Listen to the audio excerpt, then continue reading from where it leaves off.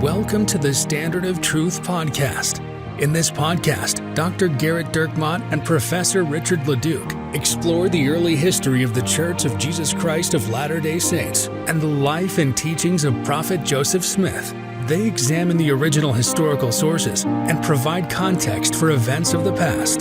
They approach the history of the Church with faith, expertise, and humor.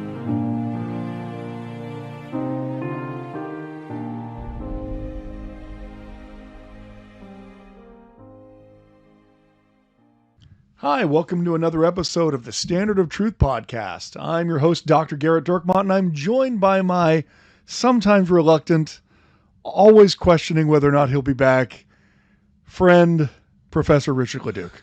Hello, Gerrit. I know that my attendance in this podcast hangs by a gossamer's thread.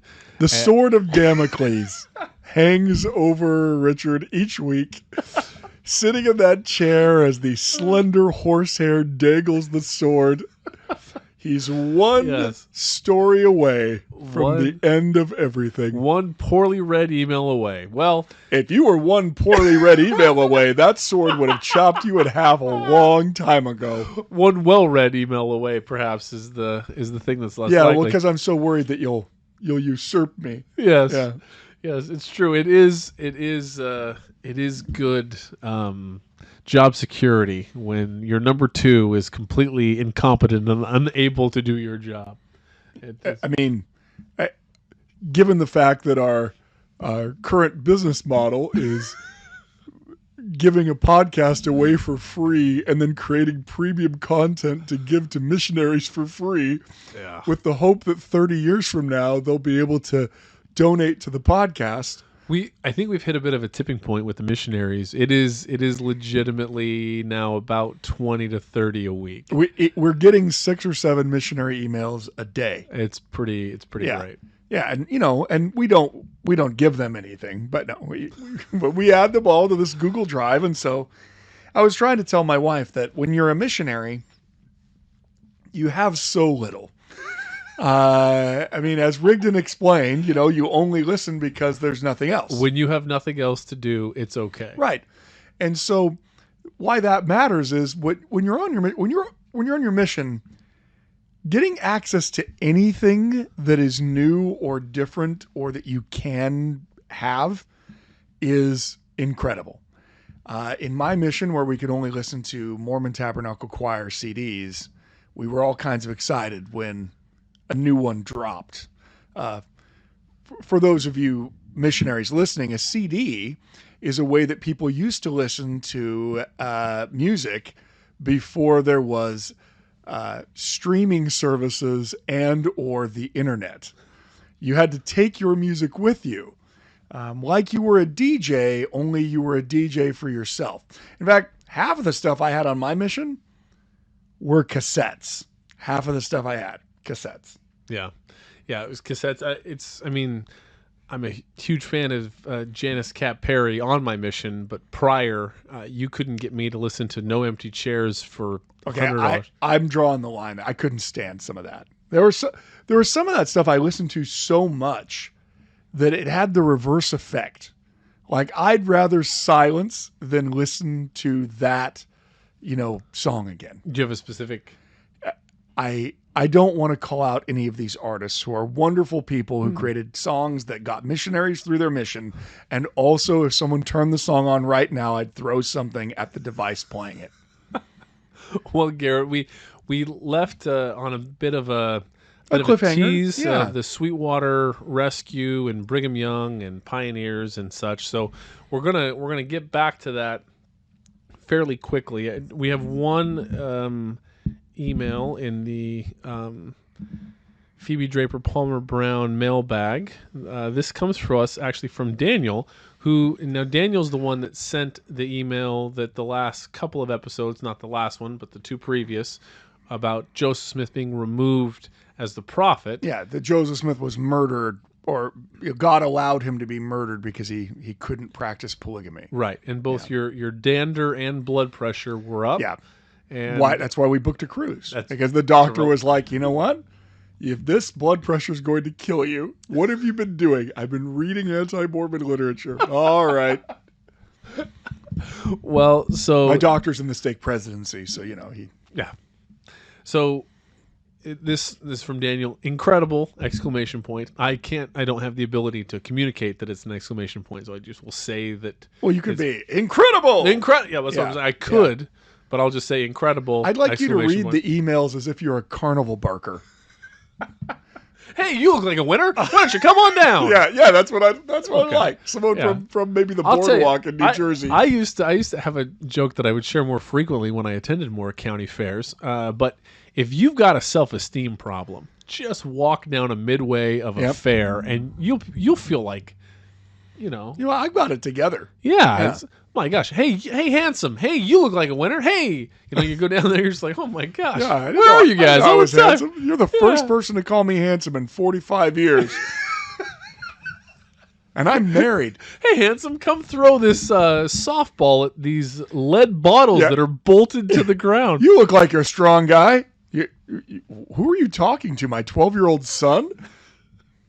Anyway, so that is good. We also like to dispense mental health advice on the podcast. So, and again, and we're right in the middle of county fair season. So yeah, feel like $1 million. I want to go to a demolition derby. Incredible! Exclamation point. I only do that for exclamation. Should I do that for commas and periods as well? Just read all of it. How do you really read into a comma? Do you just pause longer? I mean. Well, you know what? I'm going to start doing it. I'm going to start calling it out. Gerrit's righteous fury was outstanding! Exclamation point. If all men were like unto Dr. Dirkmott, the very powers of hell would mildly be annoyed for an inordinate amount of time. Mildly be annoyed. That's great. Thank you so much for breaking that down for me! Exclamation point. You make you make it seem so easy. My reading it makes it seem. There's no H in what you're reading, no H. So where did the SH sound come from? I'll tell you. That's a good question. I pronounce seams as sheems often. Is that it's a part of Yiddish you learned from your mom, or? It is. I'm going to go to shul, and it's sheems. I just assume like a bagel schmear. A schmear? Yeah. Yes, that's right. Let me try that again. Thank you so much for breaking that down for me! Exclamation point. You make it seem so easy, but I wouldn't have known how or where to best debunk those claims. I will be forever grateful. Richard, good luck with your doctorate. I have 2 business degrees from the University of Utah, so I have firsthand knowledge of how useless they are. That's great. Gerrit, you just keep on keeping on. Thanks, Daniel. It's very nice, Daniel. Thanks for simultaneously congratulating us and letting Richard know that his doctorate's worthless. Look, I already know it's worthless. I've told this story on the podcast before, but I wanted to go and it's kind of part of my retirement plan I want to teach. I enjoy it. It'll be fun. And I do a little bit of teaching now as an adjunct, and it'd be fun to do it in a full-time capacity.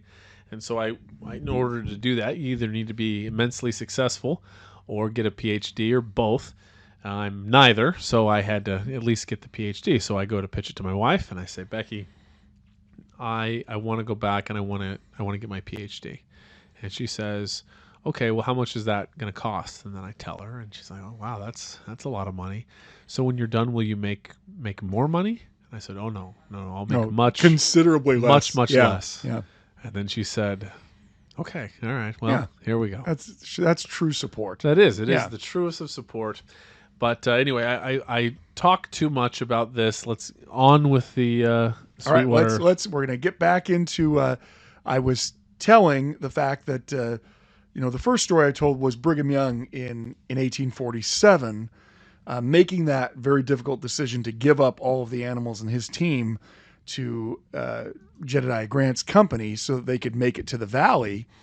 And I wanted to talk about the second story surrounding that, which is a little bit more well known. So the second story is one that's more familiar to you, and that's the story of the Martin and Willie handcart companies. This is in 1856. So you got to fast forward 9 years. And The idea to switch to handcart companies was because of the difficulty and the cost of trying to get people from the last American outpost all the way into Salt Lake. And you had thousands of European converts that are coming, and they already don't have anything. Trying to wait to build up enough supplies to be able to take teams and wagons, the cost was preventing people from gathering to Zion. And so the plan to do handcarts was made. But the best laid plans, what starts to happen is those handcart companies begin to organize late. People begin taking them later and later and later in the season. And in some ways, it's because they could travel faster, right? So handcart companies could move fast. I know it sounds odd that someone pulling a handcart could go faster than someone on a wagon. I mean, especially if you've ever done Trek. Have you? I've done it 3 times. Do you think that you could go faster on a wagon or pulling the handcart? I've always said that I can go faster than a team of oxen. I've always said that. Yeah, I mean, look, oxen are, they're not exactly fast creatures. No. I mean, no one's ever like, oh, wow, he's as fast as an ox. They say strong as an ox. They say stubborn as an ox. Very few people are like, you know how fast he is? Ox. I'm gonna get the research staff on the land speed of an ox. See how fast. Well, they've got to be fast when they stampede. Yeah, let's see. We'll get to the bottom of this. I'm just saying look, an ox is going to sprint as he's trying to stab you with his horn, but he's not going to run for a marathon. Let's see what John Bunyan had to say about the speed of oxen. Yeah, you know what? I don't even know if oxen exist because I think that there might be an ox in John Bunyan's story that I'm just copying right now. So, the fact that they were able to move faster actually led people to be more reckless. And the Martin Willie handcart companies, against some veteran advice, were told not to leave as late as they did, and yet they still did. In Utah, they didn't know that even any more companies were coming, or at least they assumed that no more were coming because it was already October. And then in October, the word first starts coming into Salt Lake that not only were there 2 more handcart companies that were coming, there were hundreds of people coming in those companies. And they have had the nightmare happen to them. They are stranded in the middle of the Wyoming wilderness. And they are running out of food. They don't have, obviously there's sickness that's going through the camp. And a handcart's great when you can pull it. I would, again, refer to those of you who've had the bare minimalist of recreations of pulling a handcart at a trek.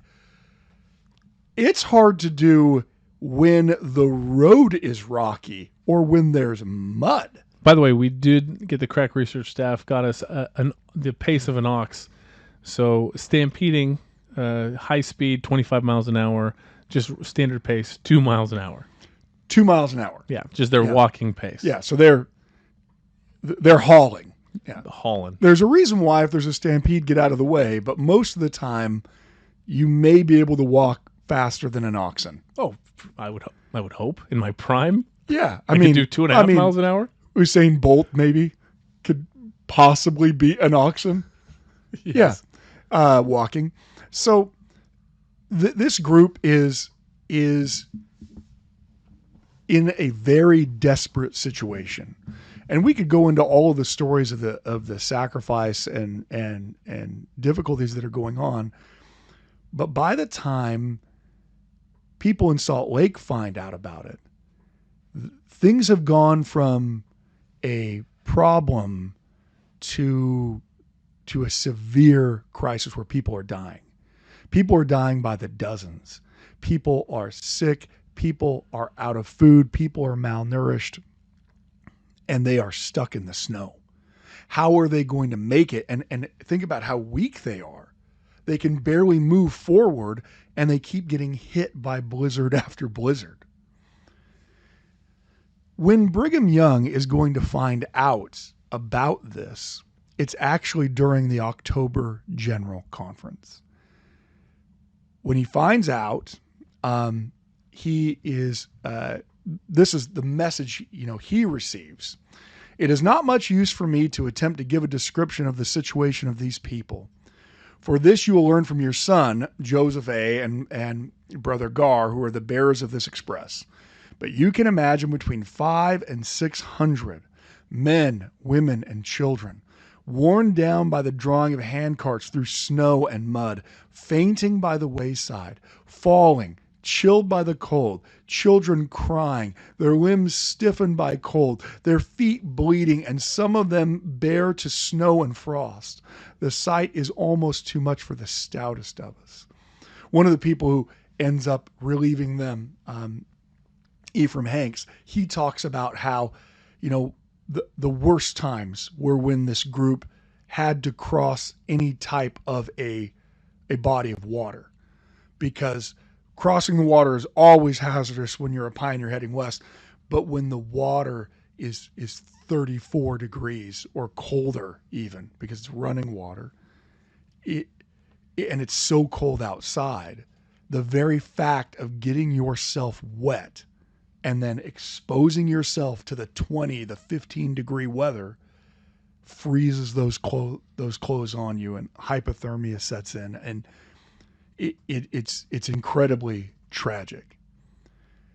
So when Brigham Young finds out that there are hundreds of Latter-day Saints that are faithful believers, people who heard the gospel's message and then got on a ship or got on a riverboat or made their way to where they could embark on this transcontinental trek, because they believe that they are all stranded and threatened with death because they're trying to follow the commandment of the Lord to gather with the saints in Salt Lake City. Brigham Young retakes the pulpit October 5th, 1856, and he says, many of our brethren and sisters are on the plains with handcarts, and probably many are now 700 miles from this place. They must be brought here. We must send assistance to them. And Brigham's not just talking in the abstract. He then goes on, I shall call upon the bishops this day. I shall not wait until tomorrow or the next day for 60 good mule teams and 12 or 15 wagons. I don't want to send oxen. I want good horses and mules. They are in this territory and we must have them. And also 12 tons of flour and 40 good teamsters, besides those that drive teams.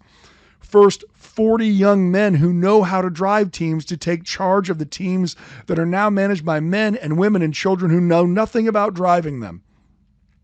So Brigham is saying, we need to go save these people, and we need to go save them now. And then after making this, now realize what he's asking. There's a reason why those people are stranded in Wyoming. It's not because they're building a summer home there. It's not because they said, oh, look, Rawlins is so lovely. They're stranded and dying because of the elements.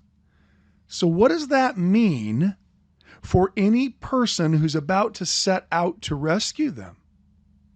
It means that they are one snowstorm away from being in the same predicament that the handcart companies are. The prophet is asking them to put their everything on the line to save people that they have never met, to save people whose only connection they have to them are that they are believers and that they are in desperate need of help. How many people in that congregation, their first thought was, well, I already told my son I'd help him with his 40 acres tomorrow. I can't go. My wife told me I couldn't volunteer for any more. I just got back from Cottonwood Canyon cutting down a bunch of trees. I can't go out again. How many people manufactured in their mind a reason why they were justified for the reason why they couldn't help? How many people said, even if they weren't going, donating flour. We barely have enough flour for us to make it through. How could we give our flour to them? I'm sure there were lots of people who came up with all kinds of reasons why they just couldn't help. All kinds of people who are probably very justified in what they said. Look, you weren't a Latter-day Saint in 1856 Utah Territory if you hadn't sacrificed a whole lot already. And now the prophet stands before you and says, I want you to go, and I want you to go yesterday. And then after he says that, perhaps knowing that there'll be all kinds of people in the congregation thinking, well, I need to just let someone else go. Brigham Young gives them this teaching. I will tell you that your faith, your religion, and that all of your faith, your religion, and profession of religion will never save one soul of you in the celestial kingdom of our God unless you carry out just such principles as I am now teaching you. Go and bring in those people now on the plains and attend strictly to those things which we call temporal duties. Otherwise, your faith will be in vain.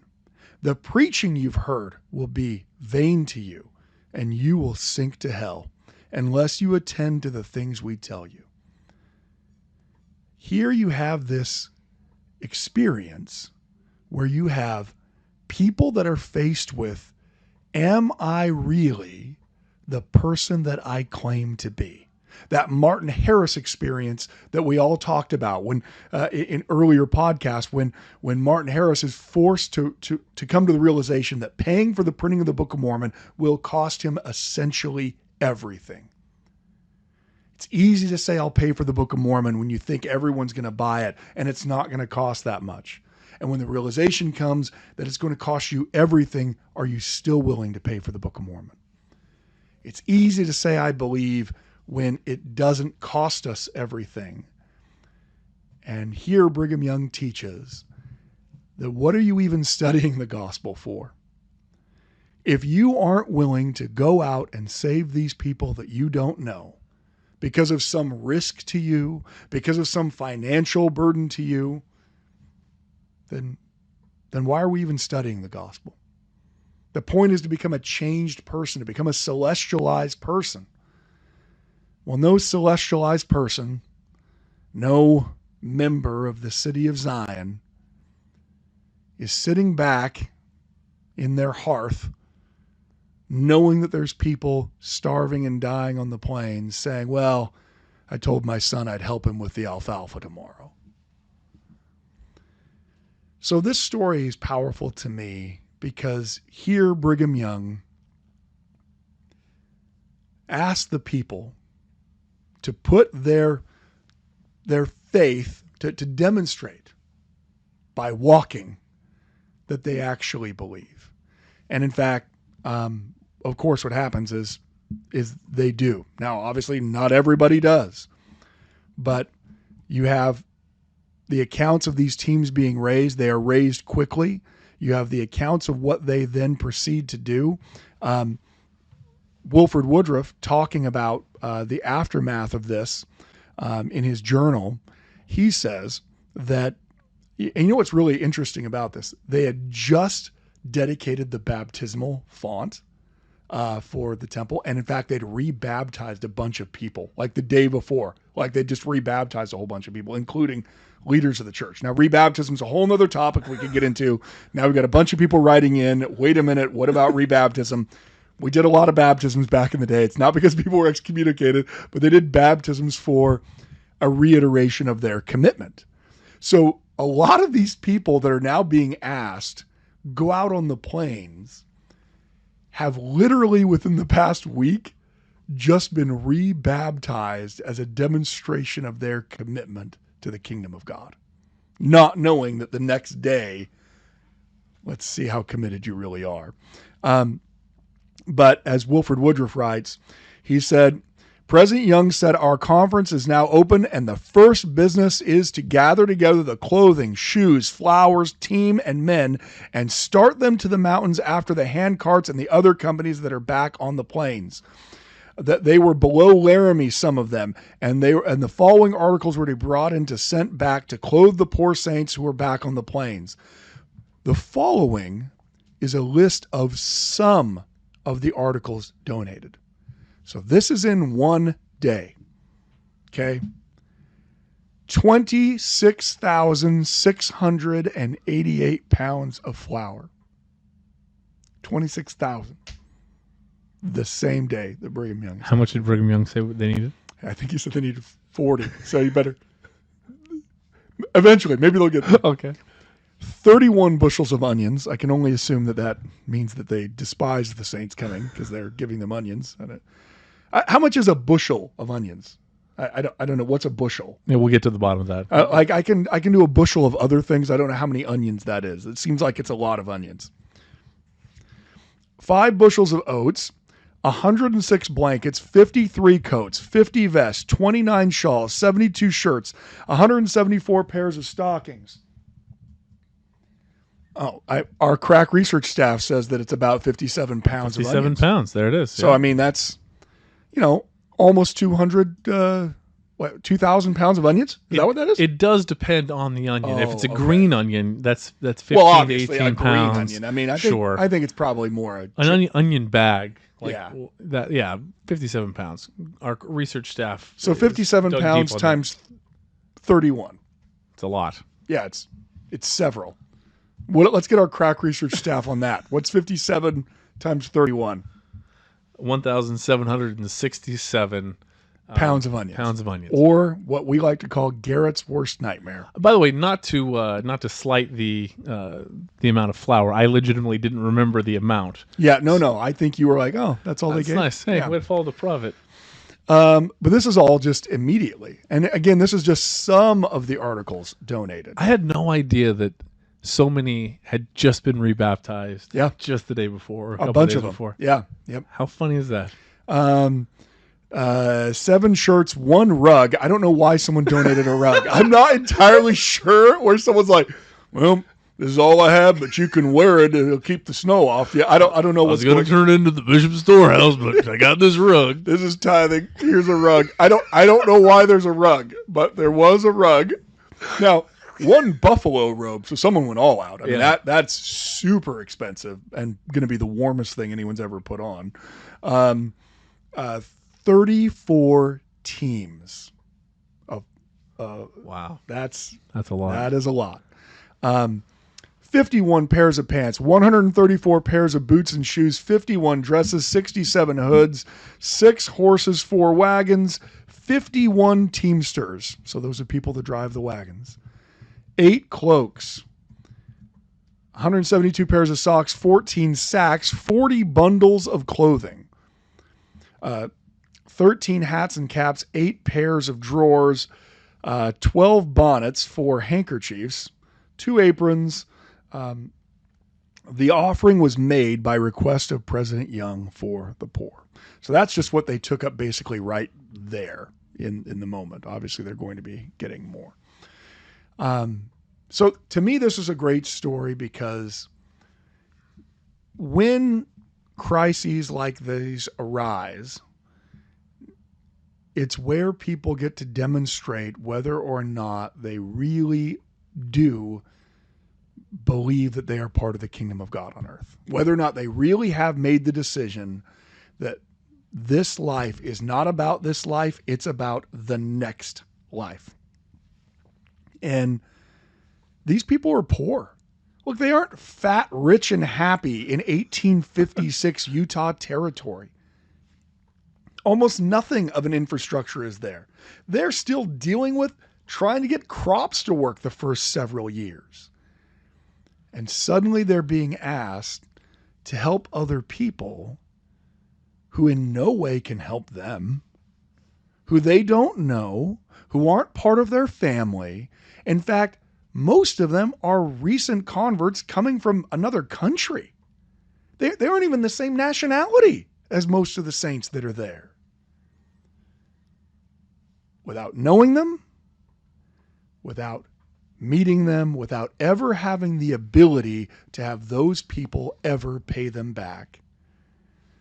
These people donated their money, they donated their food, they donated their time, and some of them put their lives on the line and said, yep, clearly those people are caught in snowstorms, and put me on a wagon, I'm going to go get them. And as Brigham said, that was how you could demonstrate whether or not the kingdom of God had gotten a hold on your heart. We can talk about religion all day long, every day. If we aren't a different person,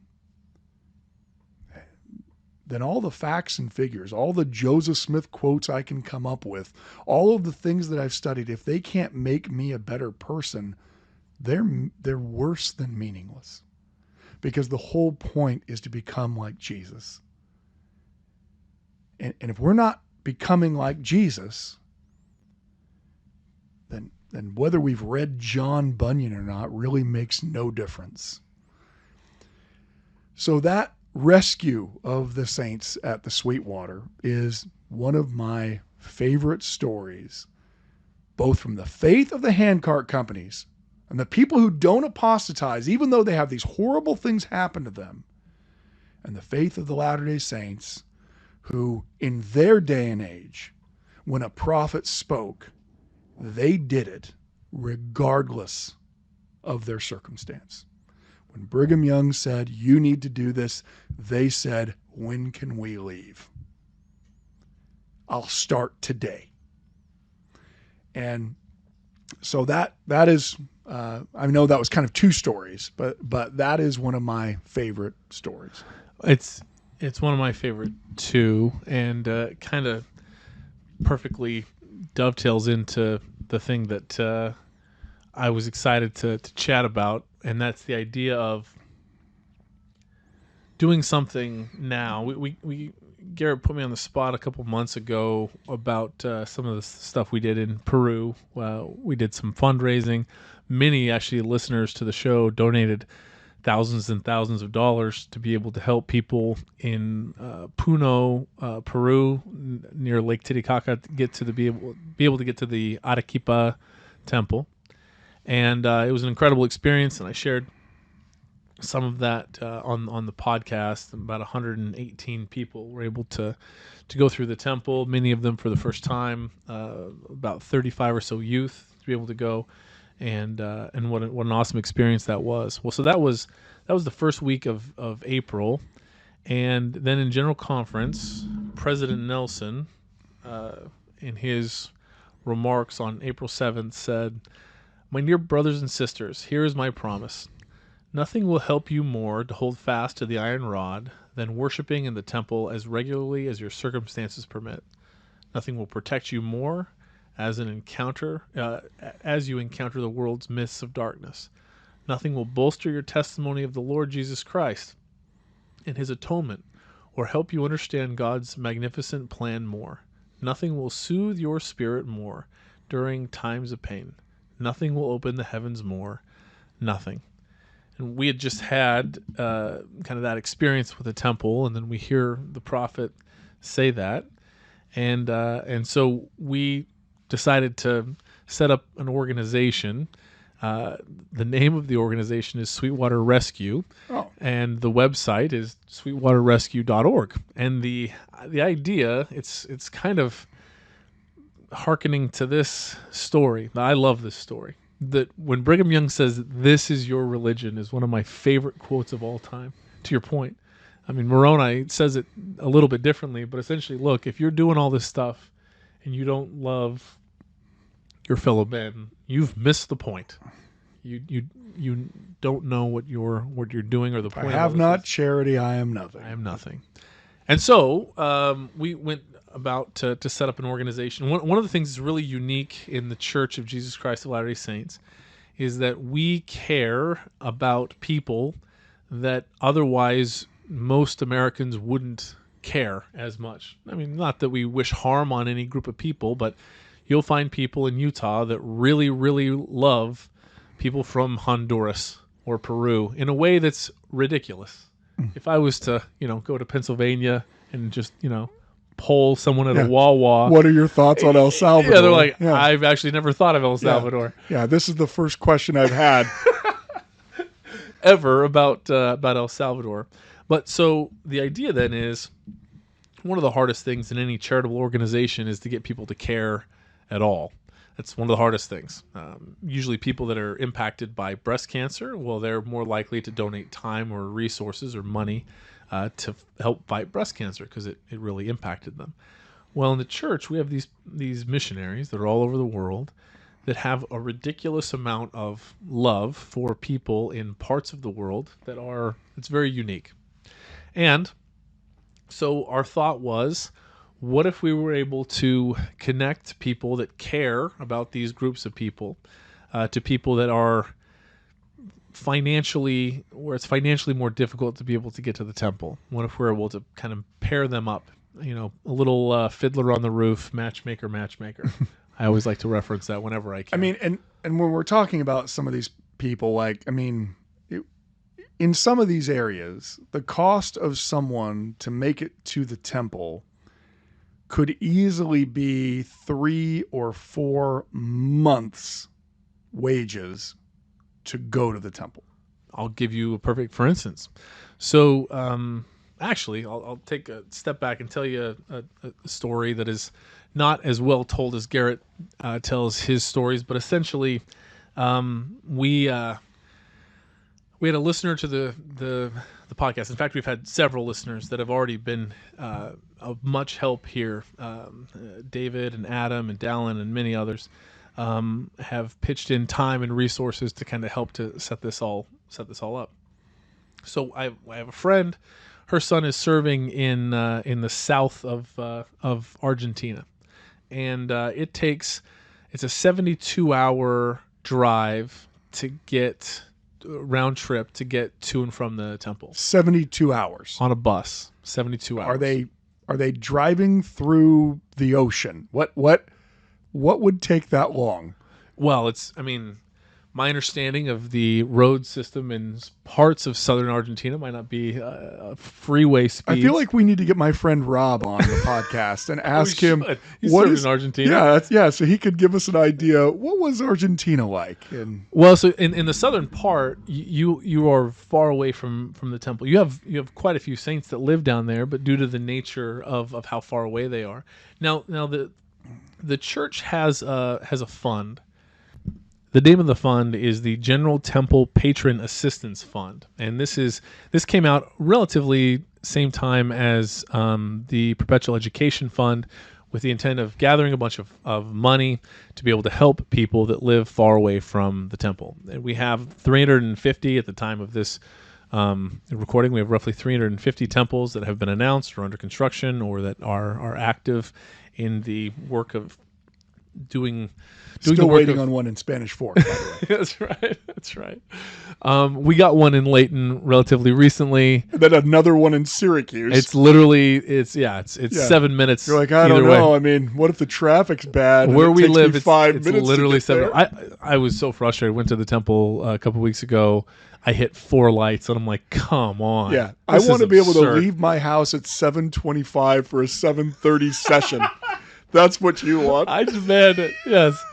Well, that's hilarious. So, anyway, so that fund exists already, and there is quite a bit of money in that fund, and the purpose of it is, like I said, to help people who are so far away from the temple to go and to do their live work. Their initiatories, their endowments, their sealings, and that pays for visas, it pays for passports, it pays for travel, it pays for accommodations, it pays for food, it can pay for everything. Well, that money is administered by area presidencies, and they get feedback and help from district presidents, mission presidents, stake presidents in terms of where they might be able to contribute some of that money. Well, so there's a couple of things there. Is that each area does things a little bit differently. I had the opportunity actually to talk to a member of the 70 this past week about this, and he gave me some very helpful advice in terms of kind of best practices and the way to do these kinds of things. But ultimately, what we want to try to be able to do is to take large groups of people to the temple. We want to help to facilitate both in the logistics and in compensation to pay vendors for travel, accommodations, and food to help people to get to the temple. And so an example story that, this kind of happened, we had a listener to the podcast. They heard about what happened in Peru, and they reached out to us, and they said, hey, so are you looking to do this again? And I said, yeah, we're looking to potentially do this with saints in Vietnam and Cambodia in December of 2025. And he said, well, so why don't you do another one this year? And I said, well, we'd love to, but it's pretty expensive. There's a lot going on. There's a lot going on, and I may or may not be working on my dissertation still. I haven't been working on it for months, but anyway. And he said, "Well, so what if I was to donate $10,000? Would you do one this year?" I said, "You know what? I think we might. I think we might be able to do one this year." So this is the thing that. Speak of fairly miraculous things. I was talking to a friend of mine. Her son is serving a mission in the most southern mission in Argentina, and she asked him, "Hey, do you think that there's an area where something like this could be helpful?" And they thought, "Yeah, that sounds good. We'll talk to the mission president and see." So my friend emails the mission president, gives the kind of information of what it is that we'd want to be able to do, and that we would have at least a minimum of $10,000 to be able to help saints to get there, and so this is kind of the first part of May. Well, it just so happens that in November there was a new district president that was called as the district president of that South Argentina part of the country. Now, a district is it's smaller than a stake, made up of branches. There's not enough saints down there for a full stake. So he has a dream in November. He dreamed a dream. He dreamed a dream. That's right. He did actually. He dreamed a dream. And then did he steal that from John Bunyan? Of course he did. Okay. I'm stealing my current story from John Bunyan. Well, I mean, everything that anyone's ever said ever clearly came from John Bunyan. Absolutely.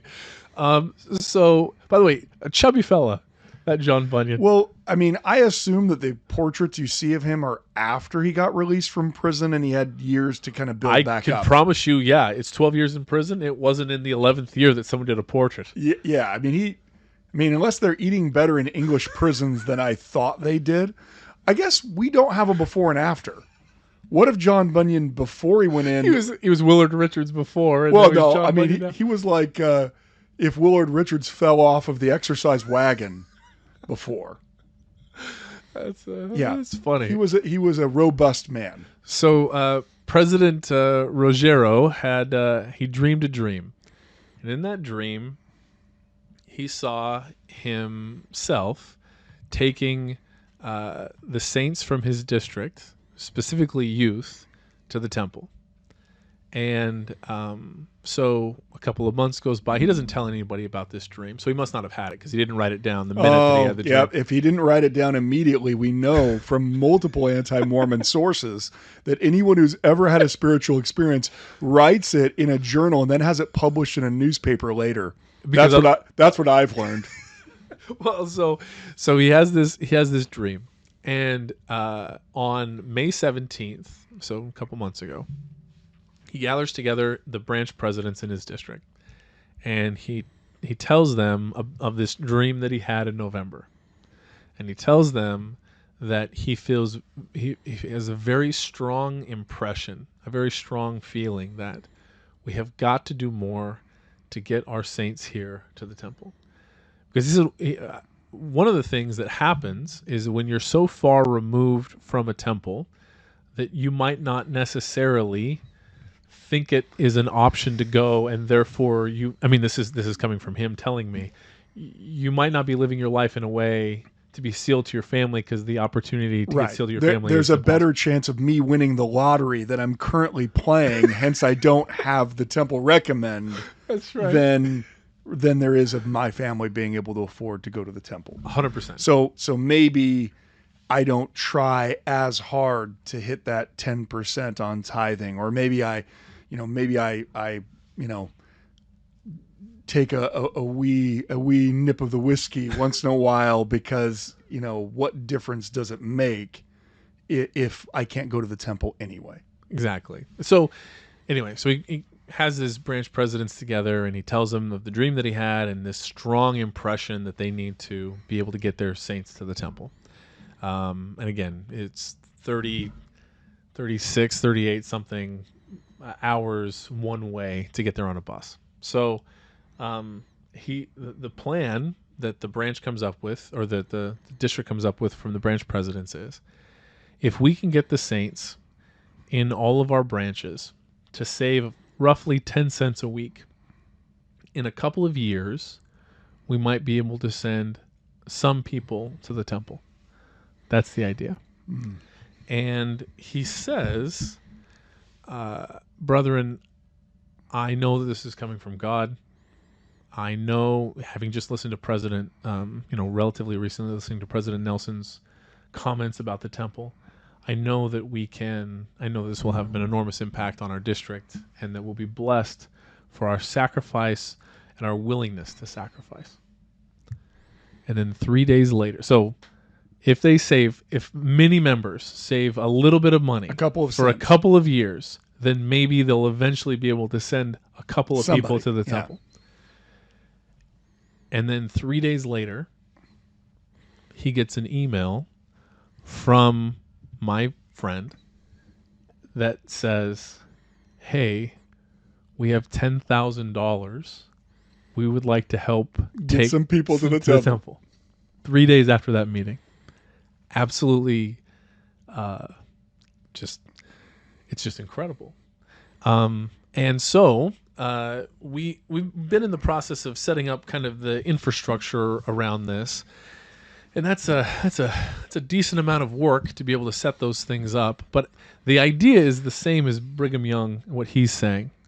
Let's go. If President Nelson says, and I believe that this is the case, that there is nothing that we can do that is more important than going to the temple for both our temporal and spiritual benefit. Let's go get these people on the metaphorical planes, and let's bring them into Zion. Hence the Sweetwater Rescue name. You're going to go out and help get people either back to the temple who haven't been in decades, or people possibly for the first time, depending on what's going on. Youth to a temple in which they would never have gone. I mean, the odds that a youth will take the church more seriously in their life, having gone to the temple, skyrocket, right? I mean, sure. It reminds me actually of when President Hinckley first announced the small temples. And remember how radical that was? Yeah. Now, that was in 1997. And for those of you listening, I remember that talk. So, and I don't mean I remember like I went and read it. Like, I remember where I was sitting when I listened to it. So I think that means I am not a young man. No, neither of us are. We're very, very old. Yeah, and in that talk, President Hinckley said, it becomes my privilege to speak to you, and I will repeat some of the things which have been said during this conference with the hope of giving emphasis to them.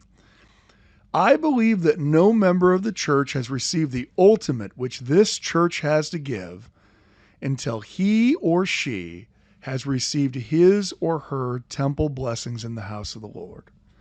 Accordingly, we are doing all that we know how to do to expedite the construction of these sacred buildings and make the blessings received therein more generally available. He goes on to explain that, we now have 50 temples.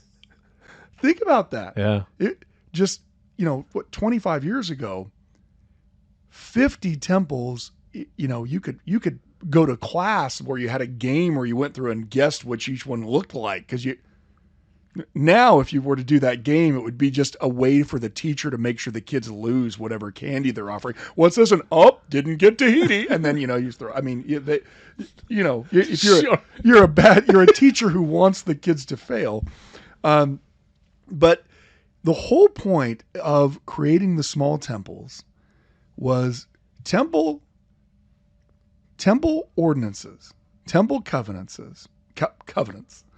are these temple covenants are essential for exaltation. If temple covenants are essential for exaltation, then we need to desperately do anything we can do to get people temple covenants. And so President Hinckley, of course, has this grand revelation. Instead of building large temples in huge population centers of saints, let's take temples more to the people. And what I love about what Richard's been doing and these people that have volunteered is they're essentially taking it to even the further step. Okay, we now have temples that are closer for lots of people, but there are still thousands and tens of thousands of saints that are still in those peripheries, even away from a small temple, that for them the cost is so prohibitive, they literally have to choose between whether they eat or whether they eventually go to the temple. And that's what this is about. In the case of southern Argentina, if you look at just the average income, it's about 9 to 10 months of income to be able to afford to be able to go. So imagine if, I don't know what any of our listeners make, right? But, the average income in America for one person is around $60,000 a year now. So imagine if your next temple trip cost you $45,000. How many temple trips are you making? I can't even make it to the Payson Temple because it's sometimes crowded. Well, it costs me time and I get annoyed. So the idea is the goal isn't just to necessarily throw back starfish one at a time, but that we come up with kind of a logistics playbook that we can go in to a district president. One of the things that the general authority I met with talked about is one of the problems is there's turnover. And so you'll have, especially in the further reaches of the church, you'll have a district president who isn't aware of programs and how they even can work and how you can access them. He said in his particular, he's in an area presidency. In his area, they're begging for people to take advantage of this for people that haven't been through. But different area presidents handle it differently. So his recommendation is, when you look at an area, talk to the area presidency. I said, well, it's a little easier said than done, but all right, we'll do that. And find out what the specific need and help is for them, and then you're able to implement it. And so in this particular case in Argentina, it looks like they'll be able to apply some of the Temple Patron Assistance Fund to some of them, but there are 35 people that need sealings that have never been sealed. There are 17 adults that need their own endowment. There are 35 youth that would, to your point, would never be able to go. And then you have several additional adults that haven't been to the temple in decades.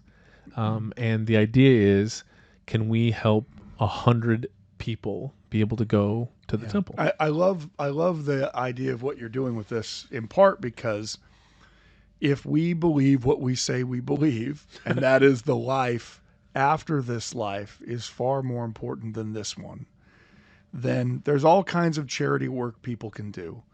All of those things are good. We can give alms to the poor, but as the Lord said, right, the poor you will always have with you. There will always be poor. There will always be poverty. There will always be things that we can and should, as Latter-day Saints, give of ourselves to help those who are suffering. But we literally can't do everything. We can't fix the problems of every nation on earth. We can't even fix our own problems. We can't even fix our own problems locally, let alone all the problems on earth. But even helping someone get to a temple ceiling or to be able to take out their endowments is something that person will then have for the remainder of not just this life. That is something they will have for the remainder of their eternity. And I can only think that the gratitude that comes with people that support that would be something similar to, if you labor all of your days, crying repentance and bring save it be one soul unto the kingdom of my Father.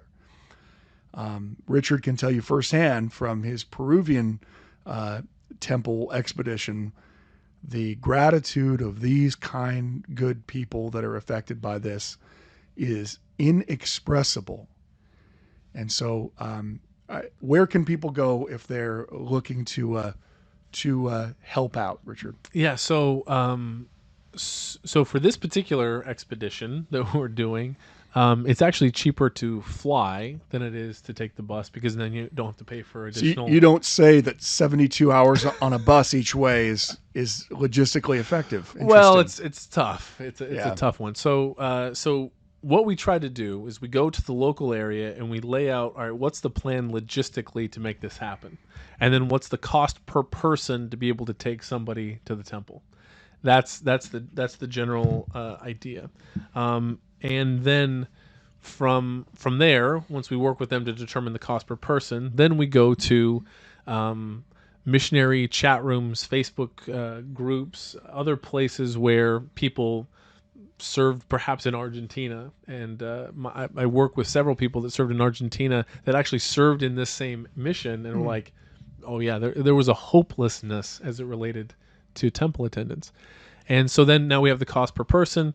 Now in this particular case, it's $350 per person. That's what to get someone to the temple. To get someone to the temple, flight there and back, hotel, food, accommodations, garments, the whole kit and caboodle. Okay, so where would someone go if they want to help out? So what do they do? Sweetwaterrescue.org is where they can go, and they go there and they can click on the donate link on the tab, and they can donate.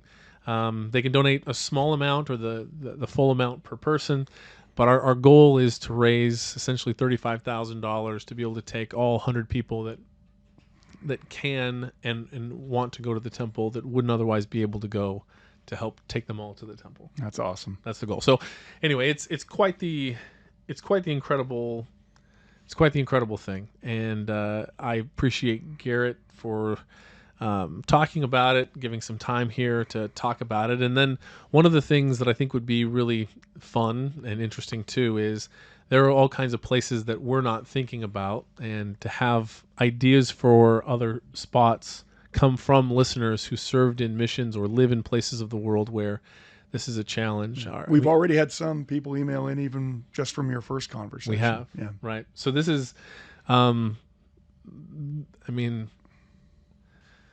not to get overly sappy, but I mean, it's the best. It's the absolute greatest feeling experience you can possibly have, and the love of these wonderful people all over the world to be able to get to the temple. You talk about the sacrifice for people you don't even know. We don't know President Ruggiero or any of the members in his district, and it doesn't matter. We meet him over Zoom, and it's like we've been friends since the premortal existence. It's awesome. Anyway, well, thank you so much for listening. Hopefully this episode, I know talking a little bit about this gives some, at least people, ideas of ways that you might be able to help other people get back to the temple. Maybe it's someone locally with you. If we can take our prophet seriously about the essential nature of temple worship and recommit ourselves, and if we can, help others to make it there. So thanks so much for listening. Thank you for listening to the Standard of Truth podcast, hosted by historian Dr. Gerrit Dirkmaat. If you know anybody that could benefit from the material in this episode, please share it with them. And for more resources, visit standardoftruth.com. Until next time.